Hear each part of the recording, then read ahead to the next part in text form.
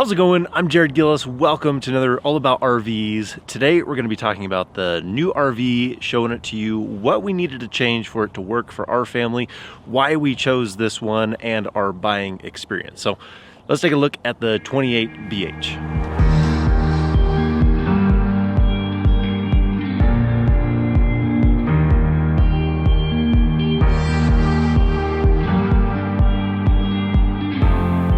We'd actually seen this layout a couple of years ago and didn't think much about it, but then we looked at it again, and just being able to look at it in a little different light changed our perspective on this RV. So when we're shopping for RVs, the layout is always going to be king. If it doesn't fit your family and your style of travel, it's not even worth looking at. Then once it passes that test, you have to look at the quality and the price. Do those two things line up for what you're expecting? Then last but not least, since ours is a towable RV, do we have the truck that pairs with it well? That's not saying that it's going to be a perfect RV. There's things that I want to change in this RV. There's things that I want to swap out and upgrade and change, but that's part of the fun of what I love to do.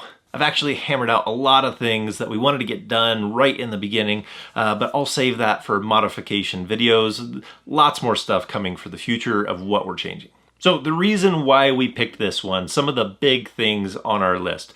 Number one, it had to be able to fit our boys. Our boys aren't little anymore. They're actually getting quite tall. And so finding beds that would fit them now and in the next few years was key for us. So we found a lot of layouts that worked really well, but the beds would be in a slide and they wouldn't be able to stretch out in the bed. So we had to find beds that were a little bit longer, and this sounds kind of crazy with a new RV, as we actually might eventually gut that whole back room for them so that we can fit full twin beds in there. Not your typical RV size bed. So we have that option to be able to do that, but it fits them now. So depending on how tall they get, we do have plans to be able to grow in the next couple of years if we need to. Number two, we were looking at another RV, but the kitchen didn't have near as much cabinets or storage or places for plates and stuff that this one did. So my wife walked into this one and she absolutely loved the kitchen. Now, after we moved everything in, you could see that we didn't have to max everything out. We had plenty of space for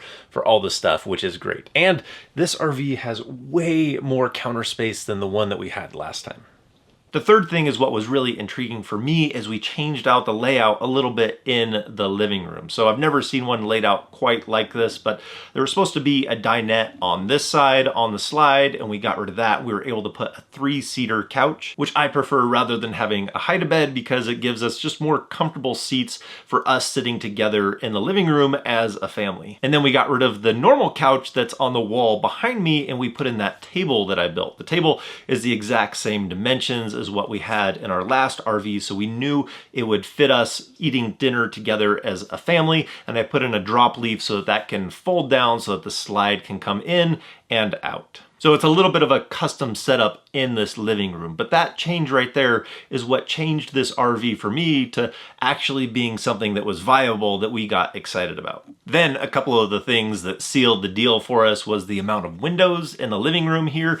We just love the amount of windows over the countertop here and behind the couch. There was just a lot of light coming in for this Reflection Series RV. And on top of that, my wife really liked the bathroom. It was more than double the size that we had in the last RV. So it was just one of those things that just really sealed the deal. So those were the main reasons why we chose this RV. Yes, we like a lot of the other things that are in here, the fireplace, a lot of the technology that they're putting into it, the auto leveling. There are a lot of things that are going into these reflections now that used to just be left for the Solitude line that really are very nice to have. Oh, and the fridge is double the size that we had last time in the other RV.